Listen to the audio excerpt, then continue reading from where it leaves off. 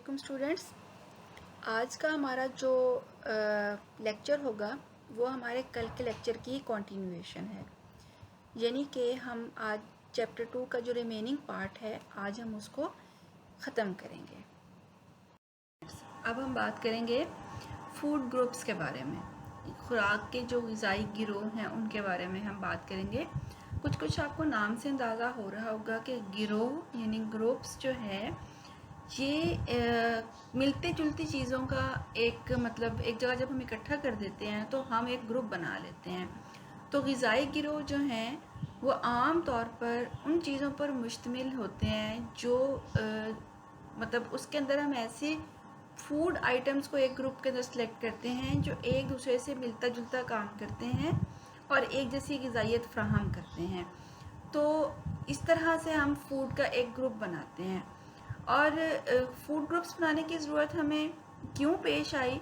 वो हमें इसलिए पेश आई कि जब बैलेंस डाइट का या मतवाज़न ग़िज़ा का कॉन्सेप्ट इस्टेब्लिश हो गया, ये चीज़ मतलब एक फैक्ट के तौर पर सामने आ गई कि मतवाज़न ग़िज़ा जो है वो ग़िज़ाई अज्जा का मजमुआ होती है। फिर सोचा ये गया कि अब ये ग़िज़ाई अज्जा कहाँ से एक साथ हासिल किए जाएँ जिसके लिए हमें कम से कम मेहनत करना पड़े।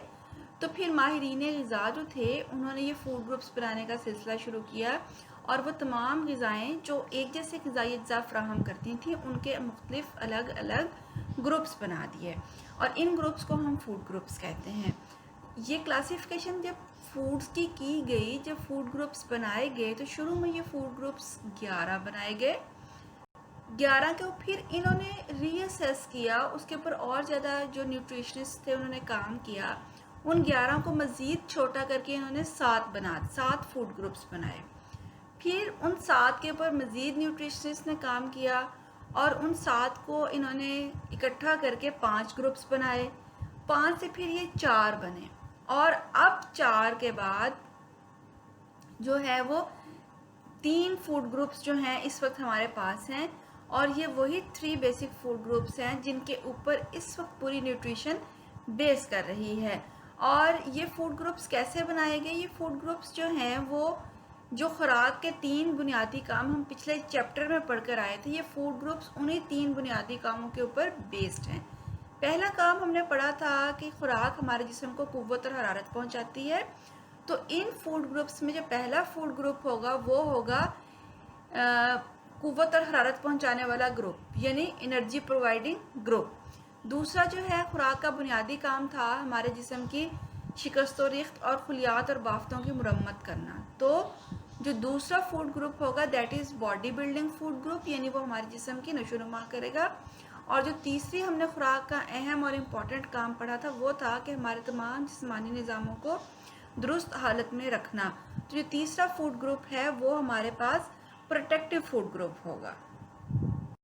ये कुछ पिक्चर्स आपके कॉन्सेप्ट को मज़ीद क्लियर करने के लिए मैंने लगाई हैं कि किस तरह से ये फूड ग्रुप्स जो हैं उनको हमने तश्कील दिया न्यूट्रिशनिस्ट ने। पहले हम पढ़कर आए हैं कि पहले शुरू में ये 11 फूड ग्रुप्स बने थे, फिर 7, फिर 5, फिर 4 और आजकल हमारे यूज़ में जो है वो 3 बेसिक फूड ग्रुप्स होते हैं। तो आपके लिए एक्सट्रीम राइट के ऊपर जो पिक्चर लगाई गई है वो आपको नज़र भी आ रही है। वो वैसे ही डिजिट 7 बना हुआ है, तो ये 7 जो फूड ग्रुप्स बने थे ये उसको रिप्रेजेंट कर रही है। और इन फूड ग्रुप्स में जो ग्रुप 1 है उसके अंदर न्यूट्रिशन से तब तमाम ग्रीन और येलो वेजिटेबल्स रखी थी और तब ये नहीं था कि आप फ्रेश खाएं या जैसा भी खाएं, तब कैंड जो थी वो भी यूज़ होती थी, रॉ यूज़ होती थी, कुक्ड यूज़ होती थी, मतलब हर तरह की सब्ज़ी जिस भी मीडियम में वो बनाई गई हो या पकाई गई हो। और ग्रुप 2 के अंदर जो हैं वो इसी तरह से ऑरेंजेस थे, टोमेटोज़ थे, ग्रेप फ्रूट्स थे, रॉ कैबिज थी, मतलब वो चीज़ें जिनके अंदर विटामिन सी बहुत ज़्यादा पाया जाता है। ग्रुप 3 के अंदर जो हैं वो पोटैटोज़ थे और वेजिटेबल्स थी और इसके अलावा और फ्रूट्स भी थे। ग्रुप 4 के अंदर जो है वो मिल्क एंड मिल्क प्रोडक्ट्स थी और मिल्क प्रोडक्ट्स में आपको पता है कि दही है, पनीर है, इसी तरह से दूध से बनी हुई कोई और चीज़, मतलब जैसे हम स्वीट डिशेस या डेजर्ट्स बनाते हैं तो वो भी दूध से ही बनाए जाते हैं।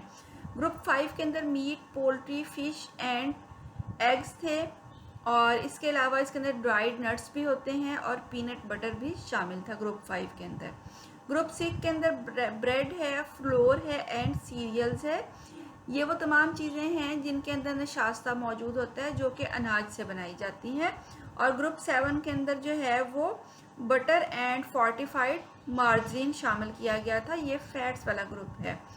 अब अगर हम दूसरी साइड पर देखें तो राइट साइड पर जो पिक्चर लगाई गई है that is 5 main food groups. मतलब इन 7 को फिर मज़ीद कंसोलिडेट करके उन्होंने 5 ग्रुप्स बनाए थे। इसको अगर आप देखें तो पहले ग्रुप के अंदर डेयरी आपको लिखा हुआ नज़र आ रहा है। इसके अंदर सारी डेयरी प्रोडक्ट्स हैं जिसमें दूध और दूध से बनी हुई तमाम चीज़ें शामिल हैं। दूसरे नंबर पर जो ग्रुप है दैट इज़ वेजिटेबल्स। उसके अंदर हर किस्म की सब्जियां रखी गई थी। तीसरे नंबर पर जो है दैट इज़ फ्रूट ग्रुप। उसके अंदर हर किस्म के फल रखे गए थे। और चौथे नंबर पर जो ग्रुप है दैट इज़ ग्रेन यानी अनाज का ग्रुप है। उसके अंदर हर किस्म के अनाज और उनसे तैयार की गई तमाम चीज़ें थी। इसमें दलिया भी है, ब्रेड है, चपाती है। इसके अलावा हर किस्म की दालें हैं, चने हैं, चावल हैं, वो तमाम चीज़ें जो कि हमें अनाज से हासिल होती हैं। और जो 5वां ग्रुप था वो प्रोटीन ग्रुप था। उसके अंदर हर किस्म का गोश्त और जानवरों से हासिल होने वाली तमाम किस्म की प्रोडक्ट्स शामिल हैं जिसके अंदर अंडे भी हैं और गोश्त है हर तरह का। इसके अलावा मछली है। और गोश्त के भी आपको पता है कि हम बहैसियत मुसलमान 3 तरह से गोश्त हासिल करते हैं। मतलब मीट है, मटन है हमारे पास, बीफ है और इसके साथ साथ हमारे पास पोल्ट्री है। अब आपके सामने जो हैं वो 3 फूड ग्रुप्स का जो कॉन्सेप्ट है, जो इस वक्त की न्यूट्रिशन जिस पर बेस कर रही है, वो आपके सामने है। और ये मैं पहले बता चुकी हूँ कि ये फूड ग्रुप्स जो हैं ये खुराक के 3 बुनियादी जो काम हैं उन्हीं पर बेस्ड किए गए हैं। हम पहले पढ़कर आए हैं कि खुराक हमारे जिस्म को क़ुव्वत और हरारत पहुँचाती है, खुराक हमारे खुलियात की तामीर और बहाली करती है, और खुराक हमारे जिस्मानी निज़ामों को दुरुस्त और बहाल हालत में रखती है। तो यही 3 फूड ग्रुप्स हैं। पहला फूड ग्रुप जो है that is energy providing food group, दूसरा जो है वो बॉडी बिल्डिंग फूड ग्रुप होता है, और तीसरा जो है वो हमारे पास हेल्थ या प्रोटेक्टिव फूड ग्रुप होता है। और इनके अंदर जो है वो मतलब बुनियादी ग़िज़ाई अज्जा इनके अंदर कौन कौन से होते हैं और इनके अंदर कौन कौन सी ग़िज़ाएँ रखी गई हैं, अब हम थोड़ा सा उसको डिस्कस करेंगे। तो हमारे पास जो पहला ग्रुप है यानी कि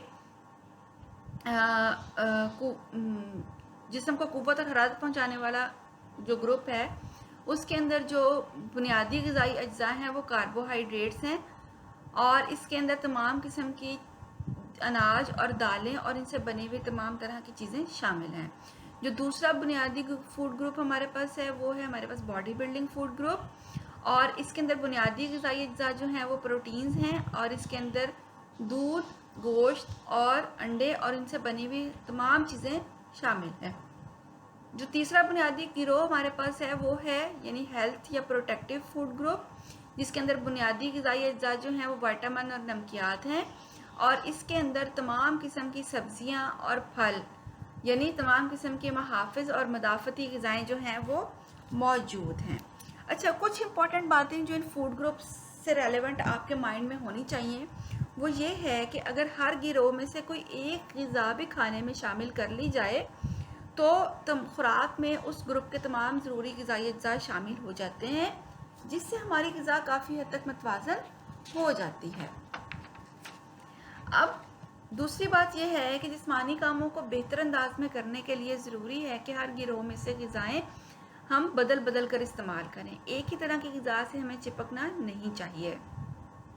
और तीसरी इम्पॉर्टेंट बात आपने देखी होगी कि इन ग़िज़ाई अज्जा में हमारी ग़िज़ा का एक इम्पॉर्टेंट जो चिकनाइयाँ हैं वो मिसिंग हैं। वो क्यों मिसिंग हैं? वो इसलिए मिसिंग हैं क्योंकि हम चिकनाई को शामिल करें या ना करें वो किसी न किसी तरह हमारी ग़िज़ा में शामिल हो जाती है। हम कुकिंग के लिए किसी न किसी सूरत में चिकनाइयों को ज़रूर इस्तेमाल करते हैं। और दूसरा ये है कि मीठी ग़िज़ाएँ भी इसलिए शामिल नहीं की गई क्योंकि मीठी ग़िज़ाएँ बहुत जायकादार होती हैं और हम हर सूरत ही उन मीठी ग़िज़ाओं को इस्तेमाल करते हैं। मतलब अगर हम शामिल कर लेंगे तो फिर तो हम ज़रूरत से कहीं ज़्यादा मीठा खाएंगे और ज़रूरत से कहीं ज़्यादा हम चिकनाइयाँ खाएंगे, इसलिए उनको शामिल ही नहीं किया गया है। और वैसे भी मीठी और चिकनी ग़िज़ाएँ जो हैं वो हमारी रोज़मर्रा ग़िज़ा में बहुत कसरत में होती हैं, और इनकी जो कसरत है उससे मुख्तलिफ़ किस्म की बीमारियां हो सकती हैं, जिसमें डायबिटीज़ मेलाइटिस है यानी शुगर का मर्ज़ है, ब्लड प्रेशर है, मोटापा है और दिल के अमराज भी शामिल हैं। तो ये थी क्लासिफिकेशन फूड ग्रुप्स की। मज़ीद आपको एक दफ़ा बता दूं कि 3 तरह के फूड ग्रुप्स हैं हमारे पास, यानी एनर्जी प्रोवाइडिंग फूड ग्रुप है, उसके अंदर कार्बोहाइड्रेट्स हैं, और इन कार्बोहाइड्रेट्स को हासिल करने के लिए तमाम किस्म के अनाज, दालें और इनसे बनी हुई चीज़ें इस ग्रुप में शामिल की गई हैं। दूसरे नंबर पर हमारे पास बॉडी बिल्डिंग फूड ग्रुप है, जिसके बुनियादी अज्जा जो हैं वो प्रोटीन है, और इसमें दूध, गोश्त और अंडे और अंडों से बनी हुई तमाम चीज़ें इसके अंदर शामिल की गई हैं।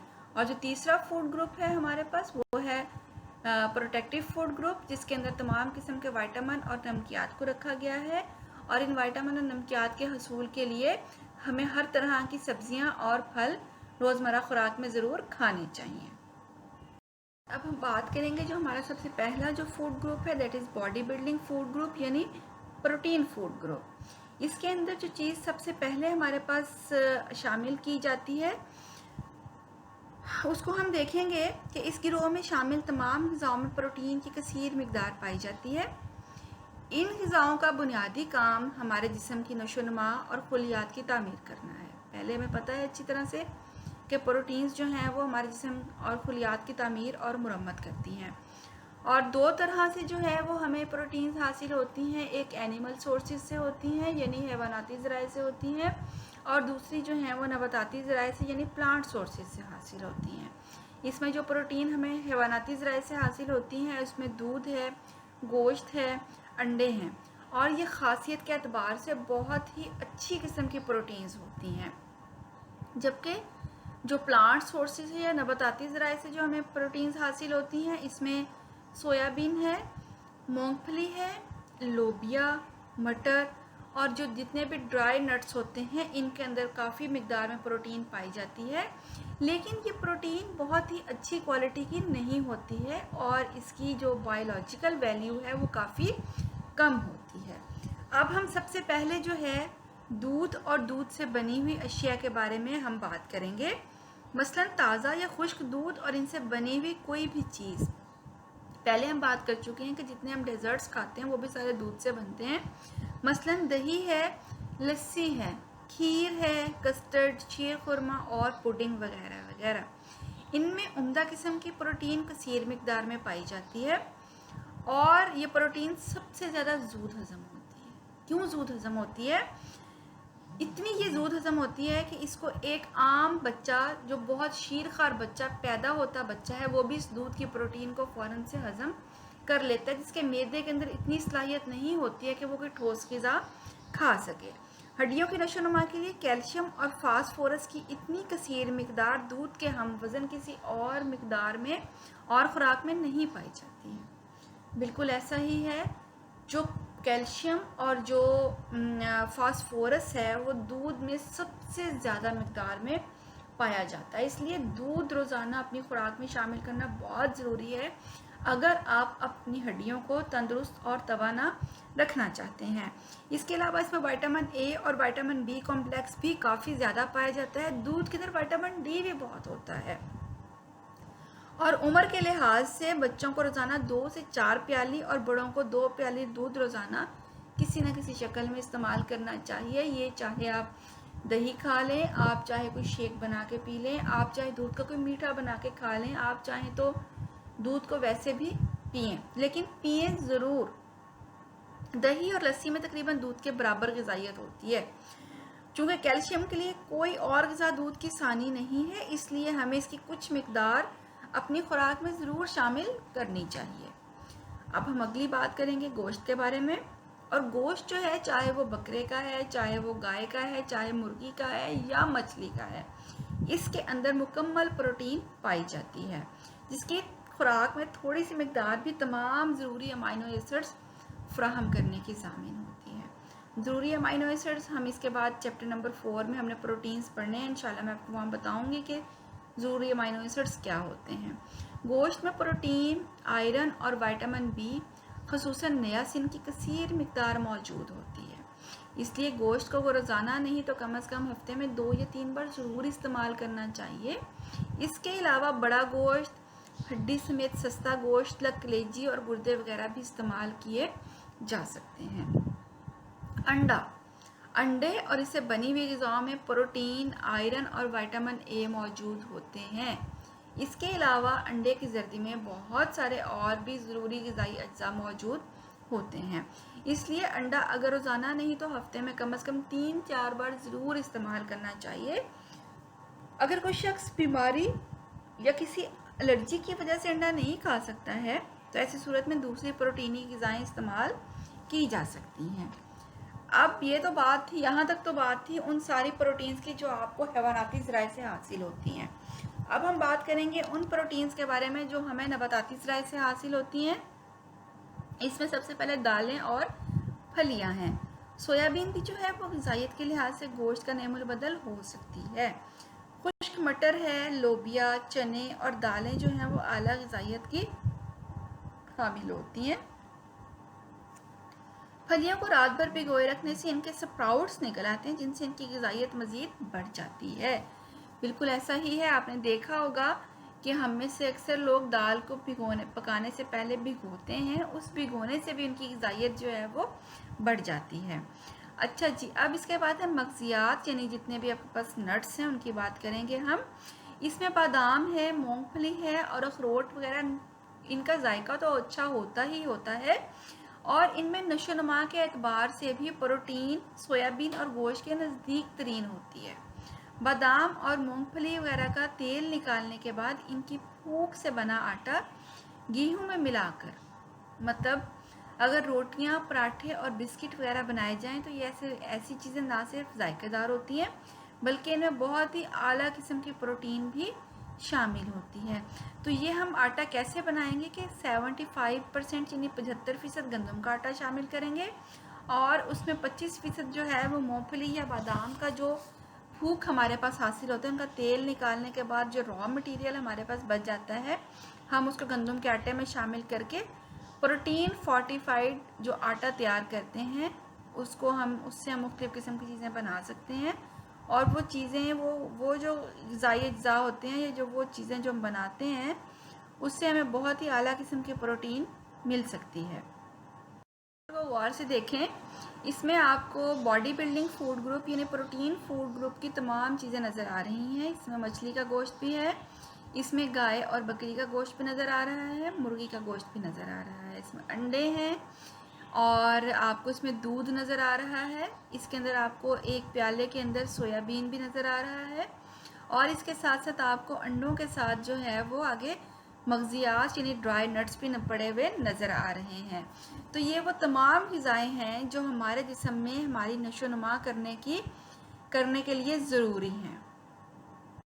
इसके बाद जो हम अपना दूसरा फूड ग्रुप है उसके बारे में बात करेंगे जो कि एनर्जी प्रोवाइडिंग फूड ग्रुप है, जिसके अंदर बुनियादी ग़िज़ाई अज्जा जो हैं वो कार्बोहाइड्रेट्स या निशास्ता होते हैं।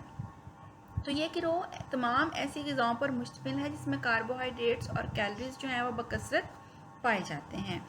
इनमें तमाम किस्म के अजनास मसलन गेहूँ है, दालें हैं, चावल, बाजरा, ज्वार, आटा, सूजी, मैदा और इनसे बनी ग़िज़ाओं के अलावा मीठी और चिकनी चीज़ें भी इसके अंदर शामिल हैं। हमें पता है कि चिकनाइयाँ भी हमारे जिस्म को क़ुव्वत और हरारत पहुँचाती हैं। ये खुराक से क़ुव्वत और हरारत और दूसरी ग़िज़ाइयत मसलन विटामिन है, मादी नमकियात हैं और प्रोटीन हासिल करने का एक सस्ता तरीन ज़रिया है। और एक बात और याद रखिएगा कि कम कीमत होने की वजह से, मतलब ये महंगी नहीं होते हैं कार्बोहाइड्रेट्स वाली जो चीज़ें, तो महंगी ना होने की वजह से, सस्ती होने की वजह से दुनिया के तमाम ममालिक में तकरीबन ये सब स्टेपल फूड के तौर पर इस्तेमाल होती हैं, यानी बुनियादी खुराक के तौर पर इस्तेमाल होती हैं। ऐसी खुराक जिसको हम अपना पेट भरने के लिए इस्तेमाल करते हैं। और हमारे मुल्क में, पाकिस्तान में और जितने भी एशियन कंट्रीज़ हैं उनके अंदर तकरीबन हम अपनी दिन भर की जो ग़िज़ाई ज़रूरियात हैं उसका 80 से 90% जो कैलोरीज़ हैं वो अनाज से ही हासिल करते हैं। और हमें इनको दिन में 2 से 3 4 मरतबा ज़रूर इस्तेमाल करना चाहिए। और एक बात और याद रखिएगा कि जो साबुत अनाज है उनकी ग़िज़ाइयत पिसे हुए अनाज की निस्बत बहुत ज़्यादा होती है, क्योंकि जब हम अनाज को पीसते हैं तो जिसके अंदर वाला हिस्सा होता है जिसको हम तुख़म कहते हैं, पीसने के साथ उसकी ग़िज़ाइयत ज़ाया हो जाती है। तो कोशिश करें कि अनाजों को साबुत हालत में खाने की कोशिश करें। मसलन हम साबुत मकई है, दलिया भी हम गंदम की जगह, गंदम की रोटी की जगह कभी कभार वक्तन फ़वक्तन इस्तेमाल कर सकते हैं। और आटे के अंदर से भी कोशिश करें कि भूसी को अलग ना किया जाए। और जो गंदम का छिलका है इसके अंदर विटामिन B1 बहुत ज़्यादा मिक़दार में मौजूद होता है और मैदे की ग़िज़ाइयत सबसे कम होती है। ये वही मैदा जिससे नान बनता है और हम उस नान को बहुत शौक़ से खाते हैं।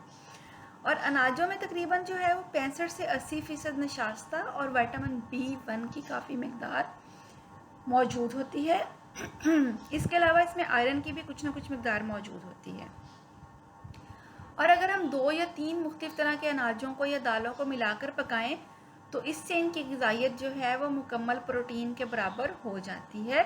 इसकी सबसे कॉमन एग्ज़ाम्पल जो है जो हम दलीम बनाते हैं उसकी है कि उसमें मुख्तलिफ़ तरह की दालों की चारों मुख्तलिफ़ तरह की दालों को मिक्स करते हैं। उसमें हम चावल डालते हैं, गंदम का दलिया डालते हैं, जौ का दलिया डालते हैं, तो सारे ही अनाज उसके अंदर हम डालते हैं। तो जो दलीम है उसकी ग़िज़ाइयत जो है वो मुकम्मल प्रोटीन के बराबर होती है और इसके अलावा उस दलीम में गोश्त भी डाला जाता है। इसी तरह अगर आटे को गूंदते वक्त पानी के बजाय थोड़ा सा दूध डाल लिया जाए या लस्सी, दही वगैरह से गूंधा जाए तो उसकी ग़िज़ाइयत काफ़ी हद तक बढ़ जाती है। और इसी तरह से लस्सी है, दही है, अंडे और आमलेट वगैरह जो किसी भी हैवानाती ज़राए से जो प्रोटीन हासिल होती है उसको अगर अनाज के साथ मिलाकर खाया जाए तो इसकी ग़िज़ाइयत जो है वो हैवानाती प्रोटीन के बराबर हो जाती है। तो उम्मीद है कि अब आपको समझ आ गया होगा कि हमारे पास जो एनर्जी प्रोवाइडिंग या कार्बोहाइड्रेट जो ग्रुप है उसके अंदर वो तमाम चीज़ें शामिल होती हैं जो कि अनाज और अनाज से मिलकर बनी हुई होती हैं। आपके सामने पिक्चर है और इसके अंदर भी देखें गंदम है, ब्रेड है, नूडल्स या पास्ता है जो मैदे से बनती हैं, आलू हैं, शकरकंदी है। ये वो तमाम चीज़ें हैं जो आपको बहुत ज़्यादा मिक़दार में क़ुव्वत और हरारत फ़राहम करती हैं। अब हम बात करें कि जो हमारा तीसरा इम्पॉर्टेंट फूड ग्रुप है दैट इज़ प्रोटेक्टिव या विटामिन्स एंड मिनरल्स ग्रुप, यानी ये वो ग्रुप है जिसके अंदर तमाम विटामिन और मादी नमकियात पाए जाते हैं। और इन विटामिन और मादी नमकियात को हासिल करने के लिए हमें हर तरह की जो सब्ज़ियां हैं और फल हैं वो इस्तेमाल करने चाहिए। सब्ज़ियां भी आपकी सहूलत के लिए मैं बता रही हूँ कि सब्ज़ियां को 2 तरह से क्लासिफिकेशन की जाती है। एक वो सब्ज़ियां हैं जिनमें एक वो ग्रुप है जिसमें हर तरह की हरी और पीली सब्ज़ियां पाई जाती हैं, जिसके अंदर साग है, शलजम, गाजर, गोभी और आलू वगैरह हैं। ये वो सब्ज़ियां हैं जो कि सब्ज़ हैं या पीली हैं, इनका कोई ना कोई इनका रंग है। और इसके अलावा कुछ दूसरी सब्ज़ियां होती हैं जिसमें मूली है, सलाद है, टमाटर है, खीरे हैं और बहुत सारी और सब्ज़ियां भी जो हम खाते हैं वो इन दूसरे वाले ग्रुप में शामिल की गई हैं। तो ये सारी सब्ज़ियां जो हैं ये विटामिन और मादी नमकियात इनमें कसीर मिक़दार में पाया जाता है। इसके अलावा आलू और शकरकंदी में कुछ मिक़दार में जो है वो प्रोटीन और नशास्ता भी होता है। और ये दोनों किस्म की सब्ज़ियां जो हैं अपनी रोज़मर्रा खुराक में हमें शामिल करनी चाहिए। और इनमें से बहुत सारी सब्ज़ियां ऐसी हैं जिनको हमें जिनका सलाद बनाकर कच्ची सूरत में जिनको ज़रूर खाना चाहिए, जिसमें गाजर है, मूली, सलाद, टमाटर और खीरा वगैरह है। और अगर हम फलों की बात करें तो फलों में हमें पता है कि जितने भी तुर्श फल हैं, मसलन माल्टे, किन्नू है, अमरूद है, चकोतरा है और लीमू जो है, इनके अंदर विटामिन C बहुत ज़्यादा पाया जाता है और ये विटामिन C को हासिल करने का बेहतरीन ज़रिया है। इसके अलावा दूसरे फल हैं जिसमें आम, केला है, सेब है, आलू बुखारा, खुबानी, खरबूजा, तरबूज है, अमलोक है और खजूरें जो हैं इनमें विटामिन और मादी नमकियात जो हैं वो बहुत ज़्यादा पाए जाते हैं। और अभी जिस सीज़न में हम हैं इस सीज़न के अंदर आपको पता है आम भी है, आलू बुखारा, खुबानी है, खरबूजा, तरबूज और इस मौसम में खजूरें भी आने वाली हैं। तो ये सब फलों के अंदर मादी नमकियात और विटामिन बहुत ज़्यादा मिक़दार में शामिल होते हैं। तो अपने आप को सेहतमंद और तंदुरुस्त रखने के लिए हर तरह के जो फल हैं और सब्जियां हैं उनका हमारी खुराक में शामिल होना ज़रूरी है। स्टूडेंट्स, अब पिछले चैप्टर की तरह आपकी सहूलत के लिए इस चैप्टर के एंड पर भी MCQs की कुछ एग्जांपल्स दी गई हैं ताकि आपको अपने पेपर की तैयारी करने के लिए आसानी हो। अगर हम देखें तो इसमें जो पहला MCQ है वो है कि मुतवाज़न ग़िज़ा का इंतखाब करना चाहिए। तो इसकी भी फर्स्ट ऑप्शन है ग़िज़ाई अज्जा से, और सवाल नंबर 2 जो है वो है नक्स तग़ज़िया किसे कहते हैं। फर्स्ट ऑप्शन है एक या ज़ायद ग़िज़ाई जुज़ की कमी और बेशी को हम नक्स तग़ज़िया कहते हैं। ज़्यादा हरारों वाली ग़िज़ा की ज़रूरत होती है जिस्मानी मुशक्क़त का काम करने वाले को। इसी तरह से ज़्यादा क़ुव्वत बख्श ग़िज़ा की ज़रूरत होती है सर्द मौसम में। मतवाज़न ग़िज़ा में मतवाज़न खुराक में माने वामिल हैं ला इल्मी। और जो नेक्स्ट MCQ है वो है ग़िज़ा के बुनियादी गिरोह होते हैं 3। खुलियात की तामीर और मुरम्मत करने वाली ग़िज़ाएँ जो हैं वो 2 हैं दूध, गोश्त, अंडे और दालें वगैरह। हमारे मुल्क में अनाज से हरारे हासिल किए जाते हैं 80 से 90%। हली पीली सब्जियों और फलों में पाए जाते हैं हयातीन और मादनी नमकियात। और ग़िज़ाइयत के लिहाज से गोश्त का नेमुल बदल है सोयाबीन। और अब आपका होम टास्क ये है कि आपने इन सब MCQs को जो आपने अपनी होम इकोनॉमिक्स की नोटबुक बनाई हुई है उसके ऊपर आपने इनको नोट डाउन करना है और इनकी करेक्ट ऑप्शन जो है इसको टिक करके अपने पास इसके नोट्स बनाते जाना है। उम्मीद है कि आपको ये लेक्चर बहुत अच्छे से समझ आ गया होगा और आप अब MCQs की ये की भी अपने पास बनाकर तैयार करके रख लेंगे। और इस इंशाल्लाह नेक्स्ट वीक जो है वो एक नए लेक्चर के साथ एक नए टॉपिक के साथ फिर मिलेंगे। तब तक अपना बहुत ज़्यादा ख्याल रखिएगा। अल्लाह हाफिज़।